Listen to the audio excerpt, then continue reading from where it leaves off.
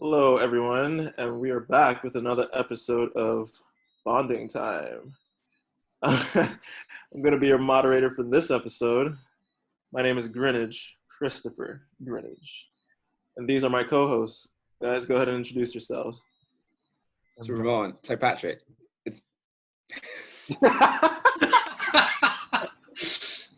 Patrick. Ramon Patrick. Patrick, was it? See, when we start editing these, we can edit that as like a blooper at the end of the video. Oh yeah. My name is Hutchinson, David Hutchinson. And I'm John. Classic John. And today we're going to be discussing on Her Majesty's Secret Service. No more Sean Connery. This one we have a new Bond, George Lazenby. He's coming back, for the record. He's still around. In my opinion, he shouldn't have. But anyway, that's for the next one. All right, let's keep it going. And so, I want to get your guys' opening thoughts on this movie. What do you guys think? Let's kick it off with Ramon. Oh, you really shouldn't have, but Rip the Band-Aid off, Ramon. This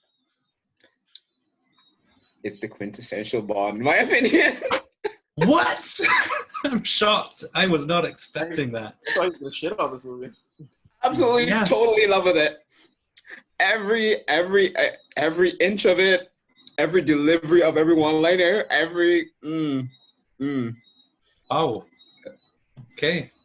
I would give this a 10 if I didn't know there was one more that I loved more. Wow. You Not remember, gonna lie. Ramon, you remembered this, or was this like you? There are one or two moments that I remembered, but watching it, like, to got context, I had like a bad day before that. I was like, all right, let me sit in and watch it. Dude, I laughed. I laughed a lot. You can John, still. did you hear that sentiment? I'm not saying. I mean, we're not there yet, but I'm just saying, like, if there's one other movie, like, you can give it a 10 if you like it that much. Go for it. Oh yeah. Do you share that? Because remember, it's like a rounding. Ratings, when we Yeah. get to our ratings, but I overall love this movie. Nice. You share that sentiment, John? I actually really do. I mean, I'm not 10 level yet, but I enjoyed this movie so much more, especially considering I did not remember this movie at all. I thought this was going to be a throwaway movie. I thought that Sean Connery was my favorite Bond. And this guy only did one, so I had very low expectations and came out of the gate just like I was impressed. I'll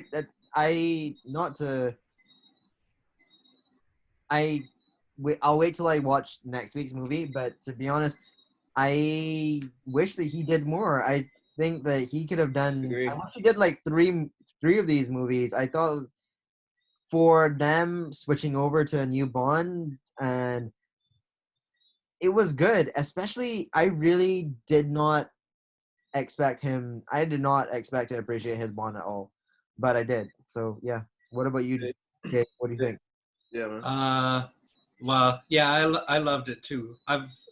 This movie is kind of, the black sheep because people were in love with Sean Connery at the time, so it didn't do well, and it's kind of overlooked a lot of the time. But even though George Lazenby is not my favorite Bond, I think for this movie it was perfect that it wasn't Sean Connery, because you're seeing a different side of Bond. And I think having a different actor really sold that for me. Like, I believed it. Like, this is a totally different side of James Bond. And I love Sean Connery, but I'm not sure that it would have, you never know.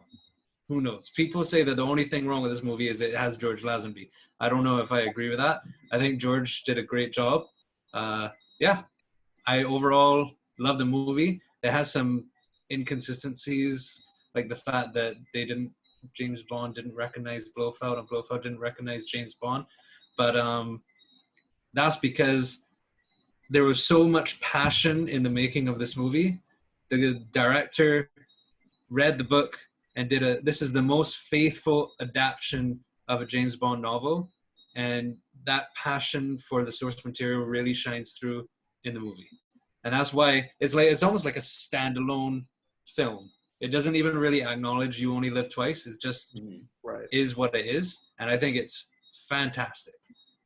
Yeah. Well, I'm gonna have to make it 4 for 4. I have to agree. I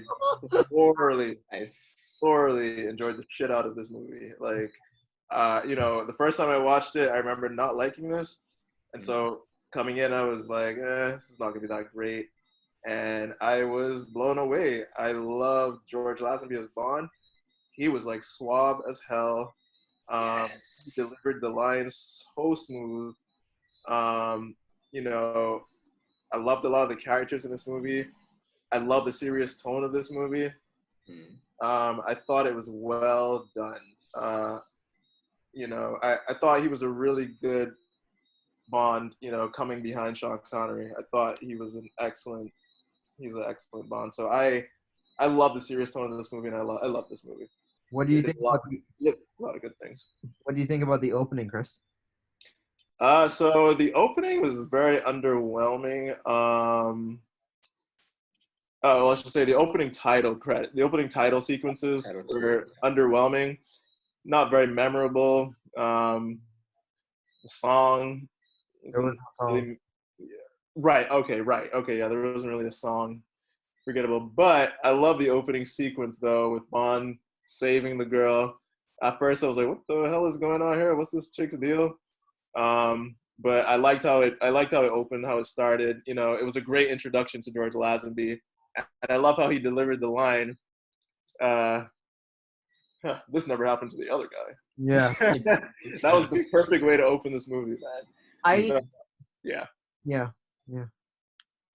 So I definitely agree with you. The title sequence was a little bit underwhelming. I like the fact that they were aware of their position, so they were paying homage to the movies that came before it. I appreciate that. I get what they were doing, but I think that was also like, I get what they're doing, but that was the problem. It's not that they're like, hey, this is the new Bond, get used to it, this is what we're doing. It was, okay, guys, I know you're gonna hate us, so like we're gonna give you some fanfare so you don't hate us as much. And again, there was no song. From the opening. The opening credits. You're talking about the titles, yeah. Opening titles, the opening credits, right? That's what they were doing. I liked, in the beginning, I thought it was kind of dumb. It actually looked a little bit, Fighting looked a bit corny, not gonna lie. I loved the fighting. So I Because love it's just the like, fighting too. The fighting was Quintessential Bond right here. Whimsy at every front in my at every point, and I loved it. Loved it. Was a little bit. I also thought the fighting was a little bit gritty, the way that like the way it was done. But one, I thought it was stupid. It was like, who is this dumb woman walking into the damsel in distress? Like, is she gonna try to kill herself? Is she gonna try to swim somewhere? Like, she was legit trying to kill herself. Yeah.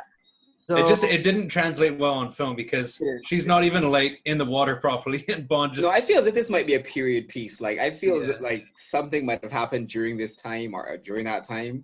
No, she was just trying to kill herself. She was just she was walking out to sea and she was gonna drown herself. Well, so again, that was a little bit weird. So the opening of her, a little bit weird. The fighting, I thought was. Oh, yeah. Not to mention she passed. So once she was passed out and like she never actually touched the water.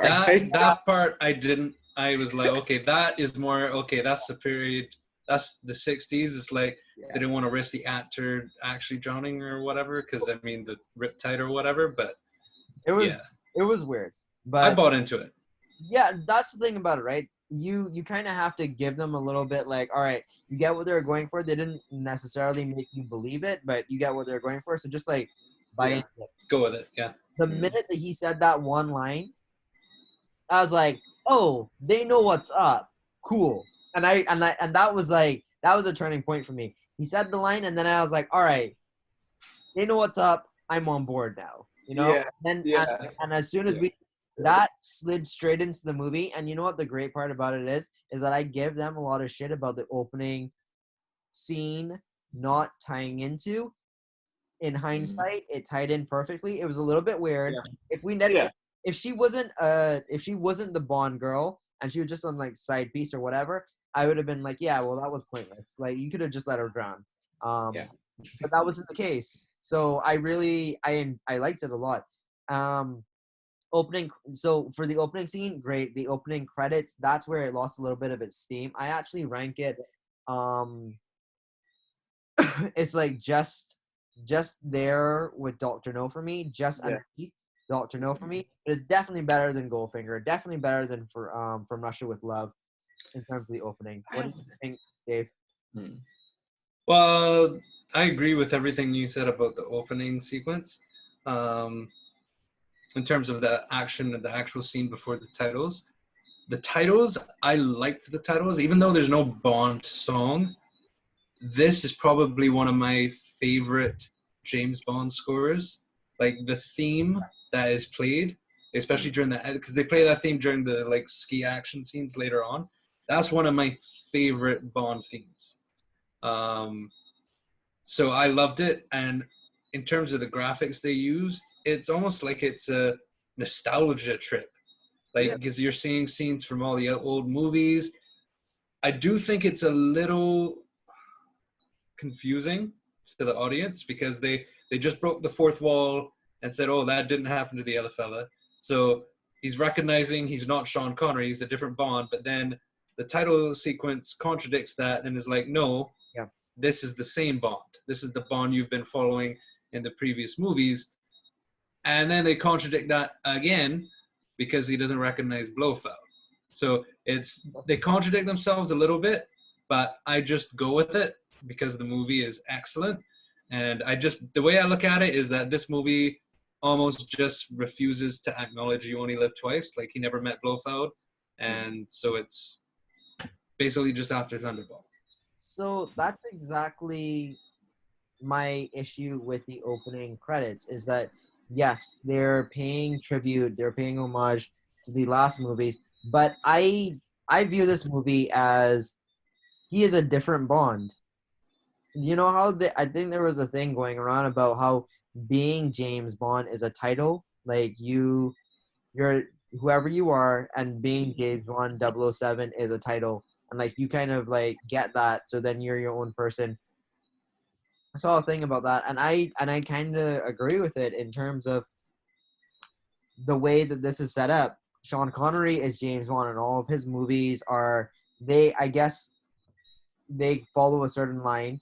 I see George Lazenby as this is a new Bond, this is a new story. Blofeld, it's different for me at least. Like that's how I perceive it, and it works for me. It makes it more believable, to be honest, because again, if you stick to this is the same character and these are all the same characters and they do whatever, it doesn't really work.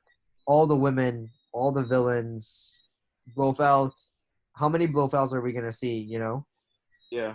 I mean, well, since we're talking about characters, what about the Bond girl for this film? What did you guys think? What do you think about the opening? Oh, right. Love the opening. Completely set it up. So I set you up for the in terms of the tone, because once again, you drop an emphasized one-liner at the very beginning. It is on. Yeah, absolutely on. I like the fight scenes. Hilariously corny, but still pretty gritty to me, and I enjoyed them. I like opening theme. I actually did enjoy it. As I said, as Dave was saying, nostalgic. It shows you the other movies, and in my mind, I was saying, all right, I wouldn't come in looking at this as another Bond entirely. Since they showed the opening credits, I was saying, all right, it follows on in sequence, and they kept mentioning, this could have been a filler episode if you think about it, because No, they kept mentioning the how the mission was on hold throughout the movie. I was like, oh, okay, Yeah. damn good thriller. Mm. Onto the Bond girl. Yeah, I mean, what do you guys think of the Bond girl in this one? Dave, let's hear you. Hands down, the best Bond girl so far. It's going to be very, very difficult to beat Tracy, in my opinion, because every Bond girl before Tracy has been a similar character as what came before. Tracy is completely different. For most of the movie, she's in the driver's seat, literally. Bond doesn't drive in this movie at all. In the car chase, Tracy is driving. She shows Bond she's basically his equal. And I believe Bond could fall for her. So she has issues. Obviously, the beginning of the movie, she's trying to kill herself. So, she has issues, and Bond recognizes that. But I totally believe James Bond would fall for this woman. And she's just amazing in it. Obviously, Diana Rigg, this far, is probably the best actress they've had in the series. Probably is the best actress in terms of Bond girls they've ever had in the series, potentially. And just like the scenes where it's just her and Blofeld in the mountains, and they're talking. I can't even remember the lines, but they're talking about like poetry and like these lines from old literature, and I just bought into it. It's like for both. I mean, we'll get to the villains in a bit, but Tracy was so good. I loved it. I loved her. I loved the romance. I love how they kind of, like you even mentioned, Chris, how it was really slow at the beginning. And it's so un-James Bond-like because for the first part of the movie, there's not even a mission, really. He's just... And I actually miss that. That's one of the reasons I like this movie as well, because you never see James Bond now doing, like, on R&R. Like, you never just see him in a casino. He's always chasing a lead. He's always on a mission. But he was just, chilling in a casino, and he saw the girl that he tried to save, her car. So he was asking about her, and then sees her at the casino. But he didn't go to the casino looking for her. So I loved that. And for me, Tracy's the best Bond girl so far.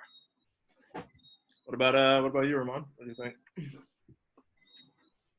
Dave says it like that, and I thought the beginning was weird, him being on R&R, just because of how, once again, they're talking about, all right, I'm on a mission, I'm looking for Blofeld right now, this is all I'm interested in. But I do agree with what Dave said. It's good to see Bond on, like, just not on a mission or that focused, and that carried on. So he met the Bond girl, she had her issues, but at the same time, she was always in the lead effectively.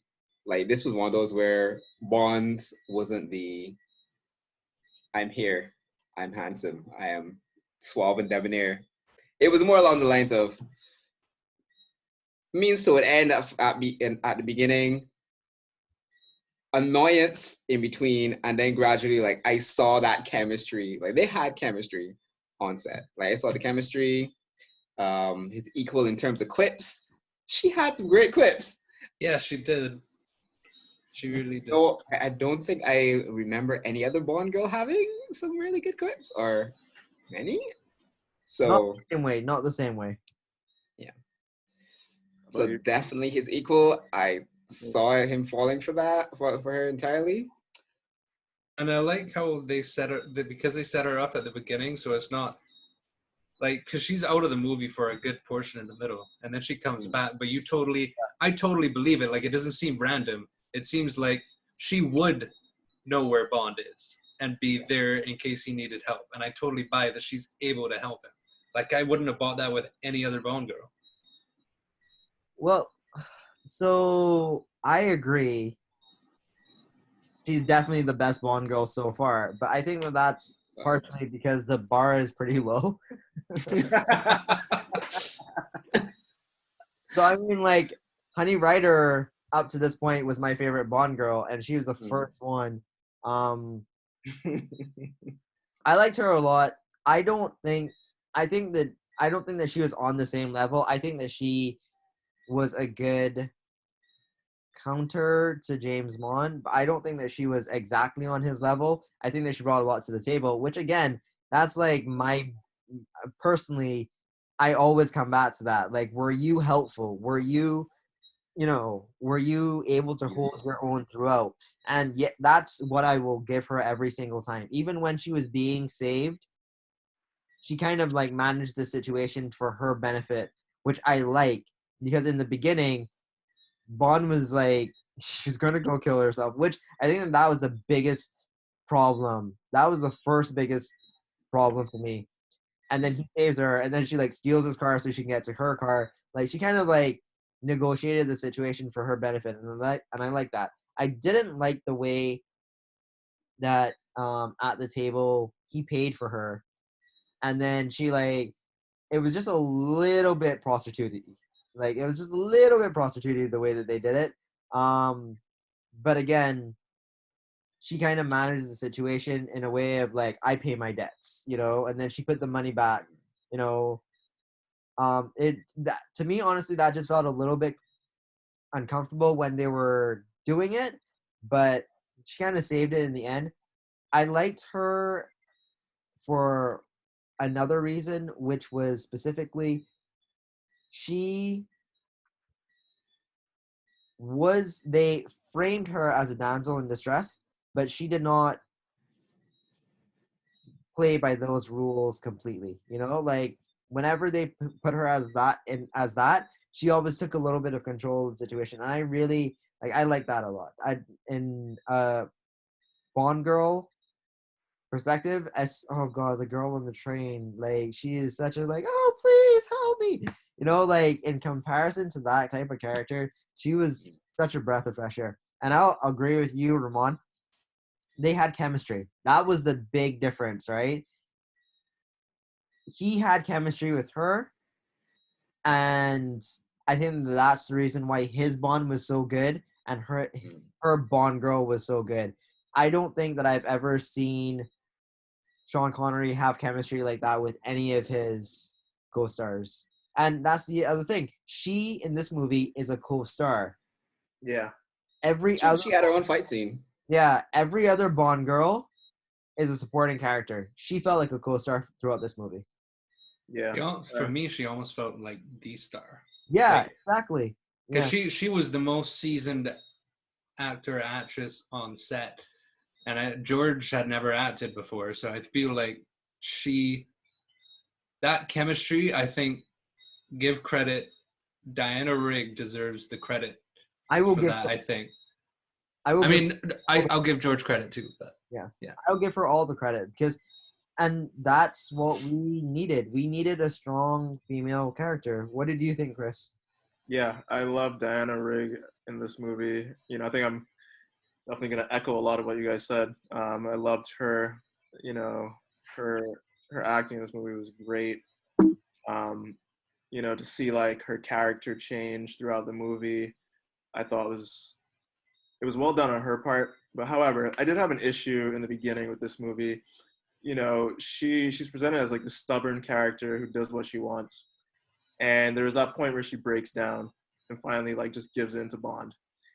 That scene, in the parking lot by her car, I didn't really buy that. Like, I needed a little more dialogue between them there, because he just turns her around. She's in tears, and he says something to her, and then she just, lays her head on his shoulder. And then in the next scene, you're now seeing them riding horses throughout parks, going on picnics and shit. And I'm like, here's a girl who was like, does her own shit, who's been like doing her own independent, doing her own thing, not giving a fuck for like years. I just didn't buy that all of a sudden shift like that. I needed a little bit more dialogue, a little bit more subtle shift. But the second half of the movie where she showed up to save Bond, I loved her from there. I loved how active her character was, as Dave said, and as all you all have said. Like, you know, she wasn't helpless. She was, you know, actually playing an active role. You know, helping Bond. You know, she saved him. You know, when he was getting, you know, when the bad guys were closing in on him. You know, she showed up and saved him. She was right there next to him, skiing down the hill. And I agree. I think the chemistry between them was excellent. She might be the best Bond girl thus far. She might be my favorite Bond girl thus far. However, I think Casino Royale did the love story between Bond and a girl a little better than this movie did. But we'll get there. We'll get there. Yeah, we'll get there. So I maybe I would have loved to see something a little bit more like how well Casino Royale did it. But aside of that, I loved Diana Rigg and her character Tracy. Excellent. She was a perfect wife to Bond. Oh, and then by the way, like Bond, he gets into this relationship with her and then goes and sleeps with two girls up in the clinic. Like, so here's I don't know if I was buying. I don't know if I was. I'm like, this is classic Bond. I wasn't buying it in the first half of the movie that this was like the relation. Like they were that. Like this was the relationship to change Bond. Like I bought it in the second half of the movie, but the first half of the movie, I was like, that's the reason why. I can't buy this. That's the reason why, though, Chris. So for me, she was any other Bond girl. She was any other first act Bond girl in the beginning of the movie. You know, it changed in the second act. It changed in the end when she saved him. That's when it all changed. I don't think that he was like committed to her. I don't. So I agree somewhat, but I disagree somewhat too. I think Bond had started to get feelings, but he wasn't quite there yet. Exactly. Because I mean the ring that he buys and proposes to, they were looking at it from before. But I think the point of him going up on the mountaintop and having sex with all these girls, the thing is, spies are supposed to be sexy. Like all the female spies you see in this series, the way the series sells spies, they use their sex appeal, both the female spies and the male spies. So if you think about it, when he was up there, he found out Rofeld's plan because he was sleeping with the women, but remember, he was always asking them questions. Why are you here? Like when he was in bed with, I can't remember her name, the one that looks like Meg Ryan. Yeah. He was always asking her questions, like pumping her for questions, basically. But so for me, it's part of the job. It's a fun part of the job. Like obviously he enjoys it, but it's part of the job. He's even referenced it in older movies, like Sean Connery's had the line, "The things I do for England." Yeah. So for me, it's part of the job. It's a fun part, but it's still part of the job. So whether he's in a relationship or not, he's still on Her Majesty's Secret Service. Okay, but here's the difference, right? I think, yes, it's part of the job, but I don't think it bothered him that much. I feel like if this movie had gone on and he got married and he still had to do the job, I think if he just still had to do that, it would bother him, or there would be. I don't think that their relationship had taken that turn at that point. They're getting there. I think. Yeah, I mean, he wasn't ready to leave. No way. Because to get married is when he drove off with at the end of his wedding, he was done. He was no longer a double agent. That was the end of his career. But that's what I'm saying. I don't think that's the whole reason why it was such a. When she saves him, that's the turning point. Yeah. And he's like, oh, like we're dating or whatever. The whole marriage thing as well, they set that up that, he should marry her before. But I don't think that at any point, he's going along with it. I don't think he was like, yeah, this is wifey here. This is the girl I'm going to end up with. I don't think that she was thinking that really either. I think they were kind of just like having a good time. And then. Yeah, because she did mention it Yeah, she did mention it in the vehicle to her. Was her father? It's like, Well, no, didn't expect this her to last father was past two. pushing it. Her Yeah. father was pushing it, but I think once Bond got the information on Blofeld, it was just, and I think that moment in the car park you referenced, Chris, the fact that he still came and found her and she wasn't expecting that. So it was like, I like spending time with you. We spent a night together already. Yeah. There's no obligation here. But I still want to spend time with you, so let's do that. that was the thing, though. That's the difference. At that point, it wasn't the job. He wasn't doing a job, spending time with her to get information. He was just spending time with her. He Exactly. got information. And so they're building that. But when he went back to the job, I don't think that they had built enough that he'd be like, yeah, no, I'm not going to cross that line. Because Oh, yeah. No, I agree. They weren't there yet. But Yeah. And I think Tracy even mentions it because her dad's like, oh, you're definitely in love. And does he feel the same way? And she's like, no, but maybe he'll get there. Yeah. But that's what movies are, that's the difference, is that this movie had that storyline, and it was a developed storyline. It started one place and it ended another one in another place. That's developed to me. That's the difference. He's never had that sort of development with a girl. It's always a means to an end, or I'm saving her from this. Like in this movie, they save each other, I agree with that, but I still had a problem with that. Like, this is, we're supposed to take this seriously. Like, I wasn't taking it serious in the beginning, to be honest. I guess that's the point. Like, Bond wasn't taking it serious either, but I'm like, this was supposed to be his wife. Like, and then he's just going and like sleeping with 2 other women. Like, I understand it's like part of the job and shit, but I just had an issue with that. Like, this is supposed to be like the relationship to end all relationships for Bond, and I just wasn't buying that in the beginning at all. But Chris, you weren't buying in the beginning because it wasn't that in the beginning. He got married to her in the end. You don't start off relationships. I mean, you might have an inkling of, oh, this is the person I might end up with, but that's not. It develops over time. It's like things happen.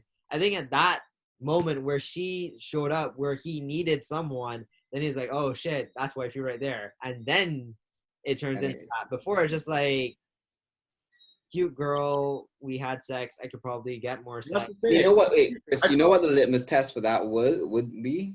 What? Like, was she like a Sylvia Trench? So remember we like saw Sylvia at the end of one movie and then the beginning of another one. Like, Bond was spending time, but it didn't seem like it was anything. Yeah, that's true. The only other woman you've seen Bond just spend time with without a mission was Sylvia Trench. That was a good call. Yeah. That was a good, that's a... Well, what do you guys think about the villain in this one now? So let's switch some gears. Why don't you kick us off, John? Tell us what you thought about Blofeld. It's so awful in this movie, man. I gotta say, the whole earlobe thing, the whole changing up his look thing, the fact that was the first mess up for me, where they're face to face and they don't recognize each other. Yep. It's like, Jesus, man. So I don't see that as a problem, simply because in this movie they've never met each other. Exactly. In this movie they've never met each other. I didn't register that at first. I bought into it afterwards. Yeah. Because that's the problem I've always had with this movie, but then I kind of realized that's... I bought into it afterwards. But at that moment when there was like, are you for real? Like, his eye isn't messed up, and I mean, their disguise for James Bond was absolutely ridiculous to me. I thought it was hilarious. He puts on a kilt and he's a different person. Like, what is this? It's like Superman going... Yeah, but I mean, it works if they've never met each other. So it just, But that's what it is. I had to buy into that premise afterwards, and I'm like, all right. And there's a couple of things you have to buy into in order to make this movie great. If you latch on to certain things for this movie, I would have been pissed off. Yeah. Blofeld, though, his whole plan was a tad unrealistic to me. So, I mean, it was a cool plan, but it was a tad unrealistic, and he just didn't seem menacing. He was the bad guy. He's the only real bad guy throughout this movie. He just did not seem menacing. At no point did I think to myself, like, Bond should really be worried about this guy that much. Not physically. His plan was so odd. And I was like, I get why you would be upset and you'd want to pay the ransom, but, like, eventually they just stormed his goddamn place and they were like, all right, we're fed up with this. We're going to storm your place and we're going to blow everything up. I was like, that's a solid plan, you know? That's a solid plan. He was a letdown, especially as a standalone. If you see it as like, okay, if you're thinking, forget all the stuff that you knew before, this is the bad guy. He did not match Bond, in my opinion. So that was a letdown. Because in that sense, at no point did I think that Bond was going to lose to him. Right? If we're talking about in context of the other movies, also, it's kind of the build-up that they've had for Blofeld so far in all the movies. He's just been a letdown. And that was the next step of that for me. It's just like, how did he become the leader of this notorious group? Because I'm sure he's smart, right? But he's not that menacing, you know? He kind of reminded me of, what was it? Despicable Me? Oh, God. Living on the mountain. Okay, fair. In the Fair. sense of like, oh, I'm this evil mastermind and I have all these like little peons and doing my bidding, whatever. And then you're like, yeah, but you're kind of just like a weird guy who speaks funny. Like, you're just... Why was it such a big deal for him to get, you know?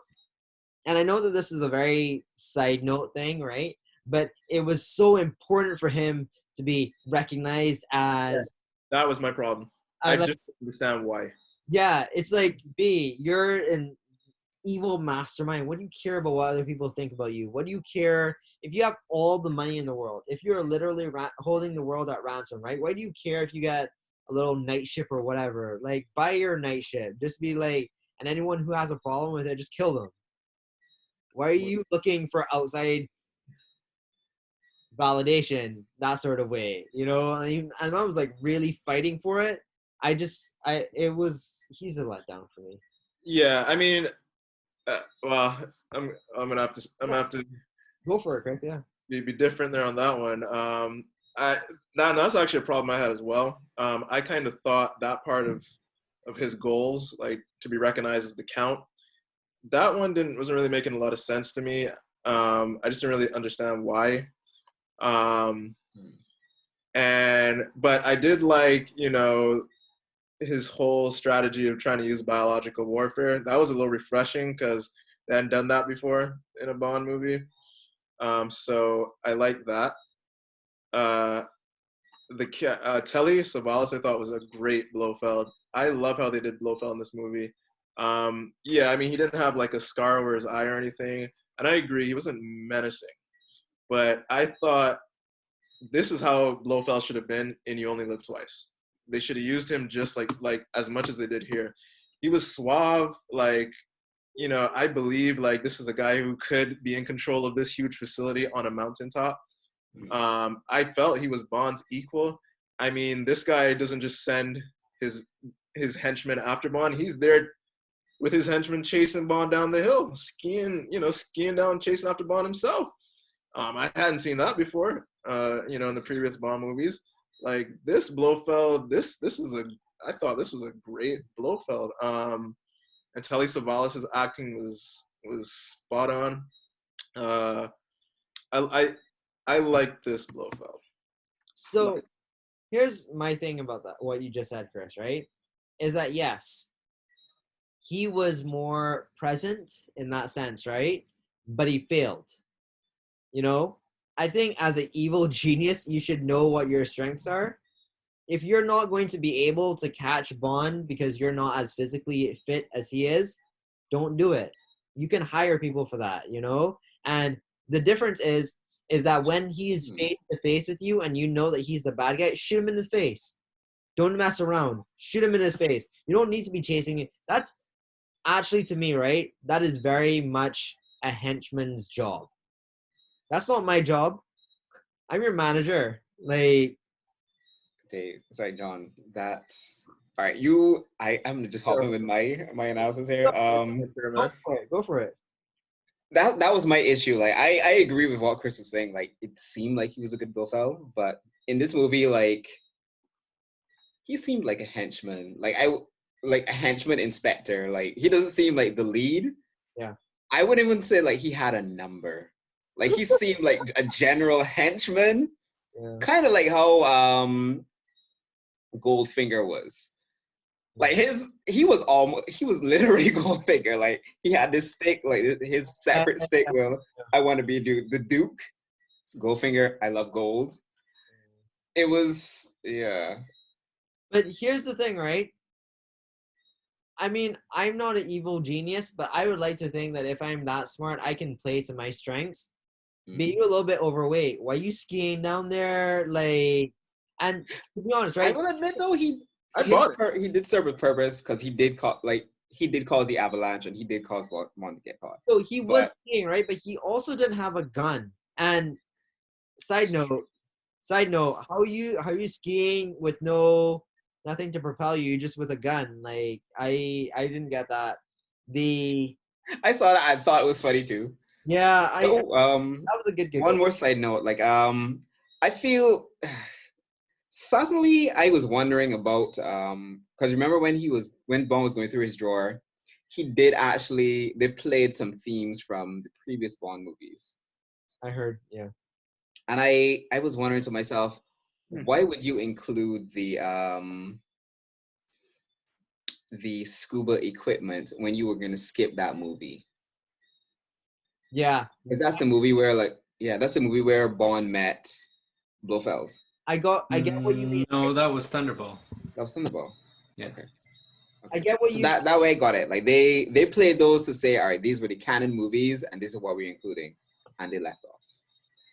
But yeah, the only way You Only Live Twice was referenced was in the title sequence, which is the continuity in Bond is kind of messed up. But the way I look at this movie is almost like a standalone thing. He knows Blofeld exists because the previous adventures did happen. He's just never met Blofeld, and that's how I approach this movie. Yeah, but Blofeld is in this movie. He's definitely not the leader. Spectre to me, he is a decent henchman or a good henchman, but I don't see him as a leader. Spectre. You feel the same way, Dave? So I think this, by far, he's the best villain so far, by a long shot. I do understand what John is saying and Ramon in terms of henchmen. However, Dr. No from Russia with Love, Thunderball, his henchmen have tried and failed. If you want something done, do it yourself. And I bought he would do it himself. And I just think, you mentioned it, Chris, his acting was great. They have never gotten Blofeld quite right in terms of they build him up and then it's disappointing. He was disappointing in the last movie, but in this movie, I think this is by far, of all the Blofelds we see in James Bond 25 movies, this is the strongest Blofeld we ever got. And I think he's brilliant. I think that when I compare him to the villains that have come so far, Dr. No, Goldfinger, Largo from Thunderball, and then Blofeld from You Only Live Twice, he stands out. He is the best Bond villain in my opinion. He may not have that menacing, I'm an evil genius kind of villain, which is what they were going for in the older movies, but I don't think that's what they were going for in this movie. It's more grounded. It's more like, I mean, they even mention is like, he's not even ransoming the world for millions of dollars. And Bond even says, oh, what are you ransoming now? And he says, no, I'm actually not doing that this time. and then M is like, oh, he wants all his previous crimes forgiven. There's almost like his retirement plan. That's kind of how I was looking at it. Like he's retiring from being the evil genius, I guess. But yeah, I thought it was a more grounded villain. Like it didn't have the Yeah. like, oh, number 2, you disappointed me, so I'm gonna electrocute you in your chair. Yeah. Evil genius kind of feel, Yeah. which is what they were going for in the older movies. But But I just thought remember, it was brilliant in its own he's right. not an evil genius. Those were his henchmen. He's supposed to be the lead, or sorry, the lead of a criminal organization Yeah. on the level of other countries. He wasn't even that ruthless, to be honest. Yeah, I'm not buying that. wasn't Evil genius? Okay, sure. Lead of an international crime syndicate? He caused the whole avalanche just to kill Bond. Yo, but I mean, he killed Bond's wife. Holy shit. So, but again, right? He's actually the campiest part of this movie for me.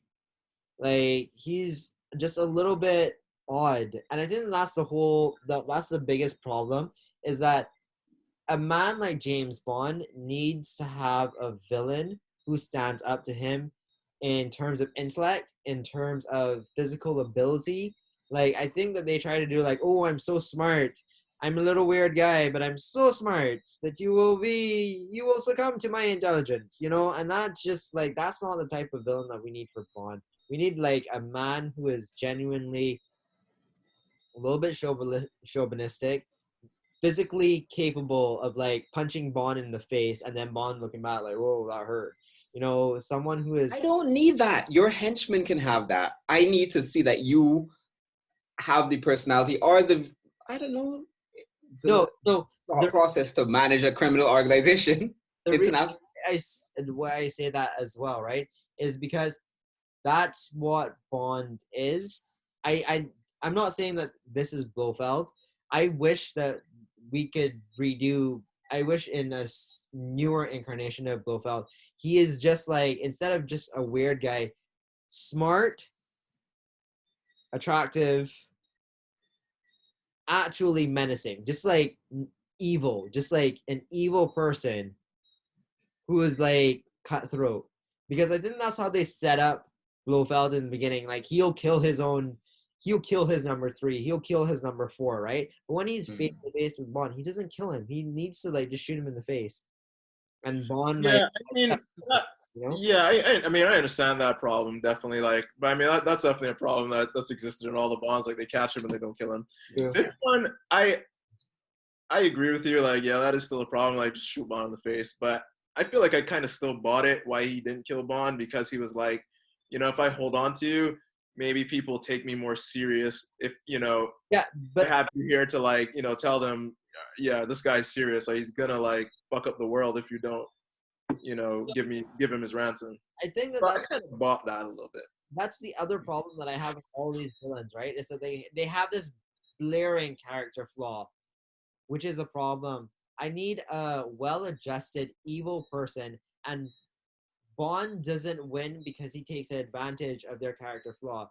Bond wins because Bond legitimately outsmarts them. One thing I'll add as well is it kind of got Bowser vibes from him at the end. Where he kidnaps Tracy and then is hitting on her. I was like, is this Bowser and Princess Peach? Like, I know John mentioned campiness, but I think I got a little bit of that. Maybe that was a little bit forced. But, all right, yeah. It makes sense though, because I mean, Jesus Christ, his whole plan was like just kidnap. He didn't actually kidnap them, but he basically kidnapped all of these young, attractive women and made them vectors of the plague. Like, it's hilarious, and it's kind of, it's funny as hell, and that is his character. I just wish that it was just, Blofeld to me comes across as that kid who got picked on a little bit too much, and he's like, I'm gonna show them, and then he like does a bunch of evil stuff. Blofeld. Sorry, you don't have any fans here with John and Ramon Blofeld. No, it's no, don't get me wrong. I think, because I compared him to Goldfinger. I remember I was one like I thought Goldfinger was a decent Yeah. a decent villain, but for Blofeld to be the villain, I think he fell short to me. I He's miss, a good villain for this, I miss but he's not the villain. All right. Well, let's switch some gears now. Let's discuss some one-liners now. What was your favorite one-liner? Dave, kick us off, sir. They had a lot. I don't remember there being this much one-liners in this movie. I don't remember this movie being funny, but he had some good lines. I think the one I'm gonna go with though is when they're skiing and then the guy. That's again is Diana Rigg is just like Bond's equal because they're skiing down and then one of Blofeld's henchmen fucks up his jump and goes straight in one of those snow blower thingies. And then Bond manages to look back and tell Tracy he had a lot of guts. That caught me off guard. I actually laughed out loud. So that's my line. Because it was so tactless. I know. The thing is, tactless. George is like, the way he delivered his lines is so un-Sean Connery-like.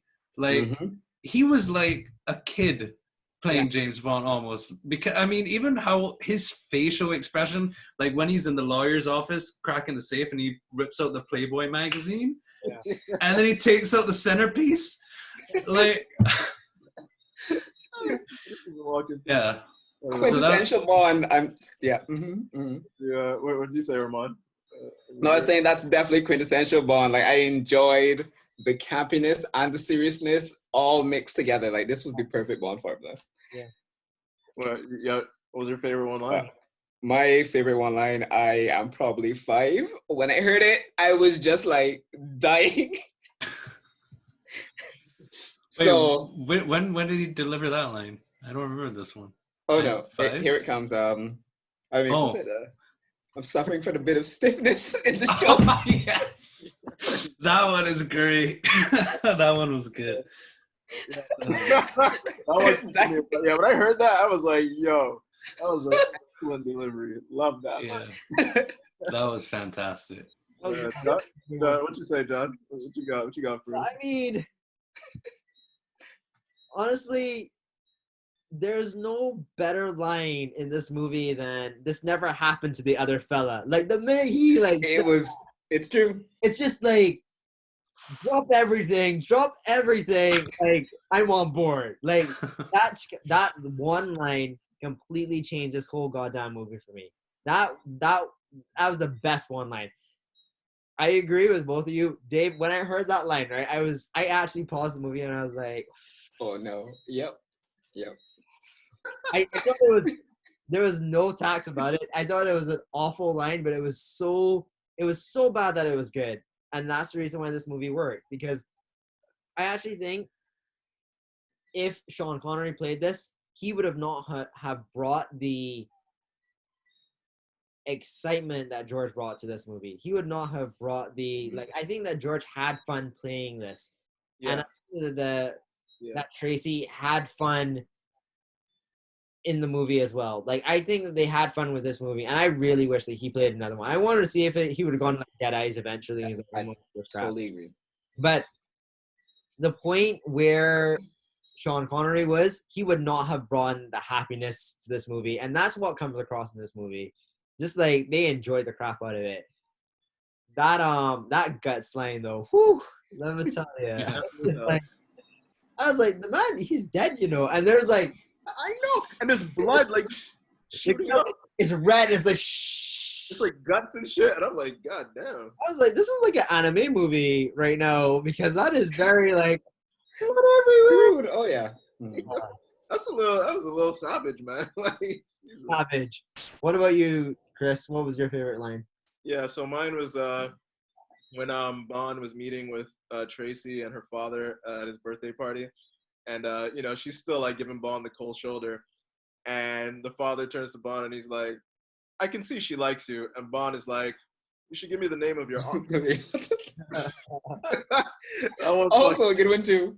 Yeah, for sure. that one slayed me. Now this had a lot of good lines. I thought like some of them were just kind of forced. To me, like the best Bond one-liners are done when he's reacting to something somebody said. Yeah. More so than when he's like just talking to himself, saying a line to himself, or really saying a line for the audience to laugh. Like, I think that's when the one-liners really work. When Bond is like responding to somebody or talking to somebody. Can we talk about the dad for a second though? Because the dad really like he brought so much. I loved him. He brought so much, So good. and the I fact thought that it was a bit weird. Like, what the fuck? Like, Weird in a good way though. Yeah, let me kidnap Bond. Yeah, can you marry my daughter? Like, Yeah. now? She needs a man to dominate her. Yeah. Oh shit. the mom was so weird throughout the movie, and you realize, right, in the beginning, all the problems that Bond was having are because of him, is because his henchmen were so on top of her, and she was trying to get away from them. That was the problem. He is not a good character in that sense, but he was so entertaining to watch. Like the whole time, he made so many missteps. And I can kind of understand the reason why Tracy is the way that Tracy is, because Oh yeah, I see definitely. that. He bitch slaps her unconscious to get her off the summit without Bond. We had the rod. It's just wow, tough love, man. that was almost my favorite one line. But when I waited out, I was yeah. like, that first one was the best one. For sure. All right. Well, now here comes the time where we give our final thoughts on this movie. Come on, kick us off, sir. What were your final thoughts? In saying my final thoughts, you know what? I'm gonna give it a 10. We can redo our stuff later. I'm definitely gonna give this a 10. Pacing wise, I thought it went similarly to the other movies. They were taking it serious, but as I was saying, like you put a whimsical, campy Bond in there, and it just flows. There was space between the action, as there always is, but the one-liners just kept coming and coming and coming. I believe Bond as the bad boy spy who gets stuff done. That is Bond, and served it to a T. Even without Bond falling in love, saw his equal in terms of everything, campiness, one lines, and seriousness. Like it was perfect. This was the quintessential Bond. Like the last one, they were getting the format down. This one, this is it. This is absolutely it for me. Pretty much a perfect movie. Yeah. John, do you echo? I agree with him. Actually, I was gonna give this movie an 8, but hearing all of y'all talk about it and the fact that you guys agreed with me so much, and hearing Ramon's synopsis of everything, I'm gonna give it a 9. I think I'm gonna give it a 9 because it was serious. The middle of the movie was very campy and ridiculous, and again, Lair on the Alps sort of situation, and then they brought it back. I do not like whenever Bond has to ski and there's a chase, I'm probably not going to like it. I realize that ski chase was ridiculous and went on for way too long. Are you serious, bro? That chase was excellent. I wouldn't go that far. It went on for too long, and there's a lot of stuff that happened there that I was like, that wasn't necessary. That was not necessary. Specifically Blofeld being involved in the chase, not necessary.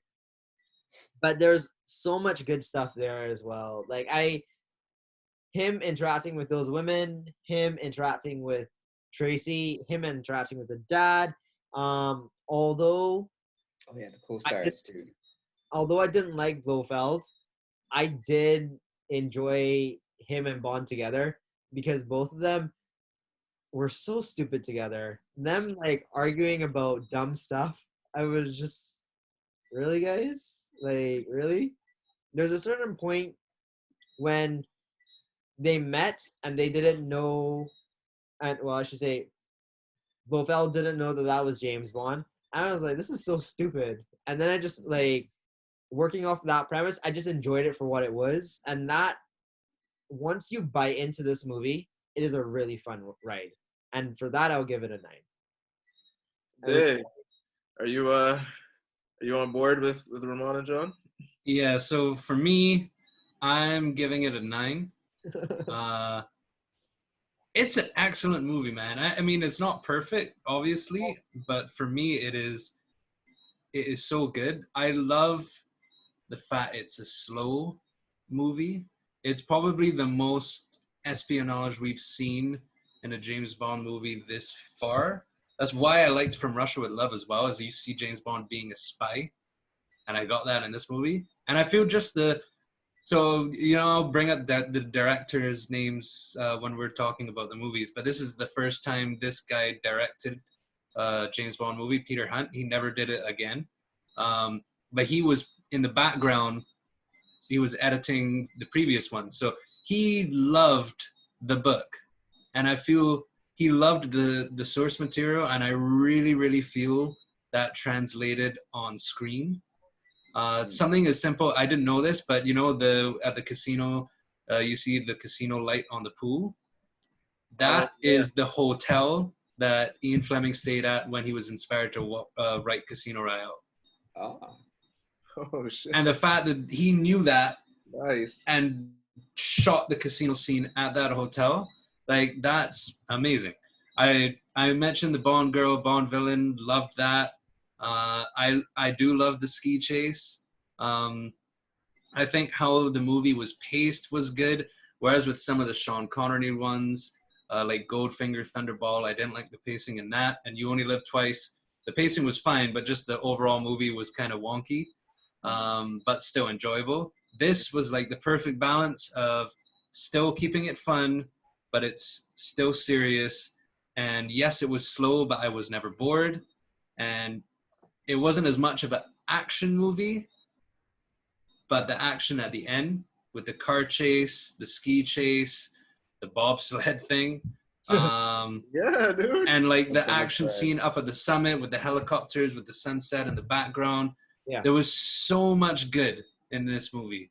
Yeah. So, yeah, I loved it. Loved it. I think George's performance was up and down. I don't think he was as strong in the casino scenes. I think Sean's casino scenes are much better. But I think George brought something fresh to the role, and I liked that. So, yeah, I would have loved to have seen George do a couple more Bonds. I agree. Yeah, I think I'd have to agree there too. Like, I would have loved to have seen him in some more. I'd have to give this movie a 9 as well. I love the more grounded take on Bond, more realistic. I like George Lazenby as Bond overall. I thought he was a great follow-up to Sean. Suave, delivered the lines perfectly. I think I agree with Dave in that there were some points where he was a little bit weak, like where I thought his acting was a little bit weak. Even like maybe when Tracy died, I would have wanted to see like a little bit more emotion from him, like how Daniel Craig showed emotion when Vespa died in Casino Royale. Like I wanted to see him break down a little bit more. But overall, George Lazenby was great as Bond. I love the villain. I love this take on Blofeld. A little more believable. I love the action scenes. I thought they were definitely a little more grounded than before. Like, Bond's not building himself a helicopter and like doing a helicopter chase in the air with people. I mean, I take John's point about secret lair on top of a mountain, but I think I kind of prefer that than like secret lair volcano. Like, I could maybe. I mean, it's believable because that's a real place. You can go there. Right. Okay. So I could have buy that a little bit more. Yeah, I mean, basically it's just private property. So Blofeld owns it, but yeah, it's a real place. So I bought it. Yeah, And yeah, I love the action scenes, and I loved Diana Rigg as as Tracy. She was a great compliment to Bond. I thought the first half of the movie was kind of paced a little bit slow, so kind of lost points there for me. But I do appreciate why why they built it up kind of slow. They were trying to establish the relationship between Bond and Tracy, and then kind of trying to establish Bond's mission, to bring Blofeld down. I appreciate that, but it was kind of slow in the beginning for me, and Blofeld trying to get trying to be certified as a count, that wasn't really making much sense to me either. And I did have a little bit problem how like Bond and Blofeld didn't recognize each other. I was like, but aside from those, overall, I rate this movie high. Right on. So we have a dethroned. There. Dr. Noah has been dethroned Yeah. Sure. easily because it's not even close now. I don't know how a movie's going to beat this. It's going to be tough. So On Her Majesty's Secret Service has now a average rating between the four of us of 9.25 out of 10.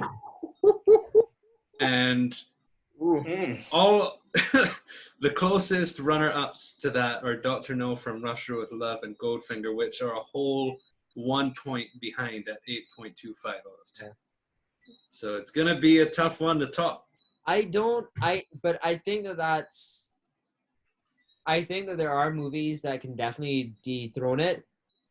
But I think that just goes to say this movie, I thought this was going to be such a throwaway. I thought this was going to be a crap movie that we just needed to get through. Like, as it stands, this just makes me want to see the Timothy Dalton one because I'm like, hey, maybe that one wasn't as bad as I thought it was either. Right. Yeah. Same, dude. I'm so surprised. And I don't think that this is, out of all the Bond movies that we've watched, not so far, but overall, all 25 movies, 26 movies, whatever, this was a pleasant surprise. I don't think it's the best movie out of the whole series, but it was definitely a good surprise. And I think it's surprising how much we forget it, because I know for a fact the next movie, what is it, Diamonds Are Forever? Yeah. I know that that's not going to, like, coming off of this, that's going to get a lot of flack from me. I can feel it already. I'm going to like, just get away Sean Connery. And it's so sad because I consider Sean Connery my favorite Bond. But what I realize is that it's really the first one that I loved a lot. The others had some serious problems, Yeah. I'm not a big fan of From Russia with Love. Like, I realize that is not a good one for me. So this is, I think it's beatable, but. Well, I don't think it probably won't be. It's not my number one movie, but in terms of because of how it ranks between the four of us, that's what I mean. It'll be difficult to beat. It may not be our. It could be neither of our number one movies, but because of how high it ranks between the four of us, it may be the top movie that we all agree on. But here's the thing, right? 10. I feel like if we've actually been on, it might not be the same exact reasons, but we've been on pretty much the same train of thought. So I think each of our favorite movies is going to rank pretty high. I think we're going to be surprised by how well some of the movies do.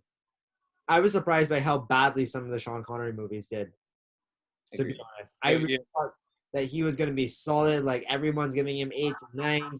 And then we get to, what's that other guy's name? I always forgot his name because I don't really like Roger Moore? Roger Moore. What? He's going to be bare 5s and 6s and be like, yeah, whatever. Screw you, Roger. Die. Oh, for the record, you're aware that Roger Moore is my favorite Bond. I know. That's just like my personal hope, to be honest. I wanted Sean Connery to just be on top. But after watching this, I realized, Sean Connery, I'm pretty sure that I'm going to come out of when we finish all of these movies, Sean Connery is not going to be my favorite Bond. When we do that, it's really sad because I since George only had one movie and this movie felt really strong. I think George might be like Cinderella. Your favorite Bond? I know. Dark horse. Favorite Bond overall, but I wouldn't be surprised if he comes out on top of Sean, because this Oh, surprising as hell. Cinderella story over here. Oh yeah. well, ladies and gentlemen, you're gonna have to keep tuning in to see if John might change his mind later on. But thank you all for watching, and this brings us to the end of another episode. Next up, we're going to be reviewing Diamonds Are Forever. Sean Connery is back, so come back and join us for that discussion. All right. All right, There. take care, ladies and gentlemen. Cheers. Yes.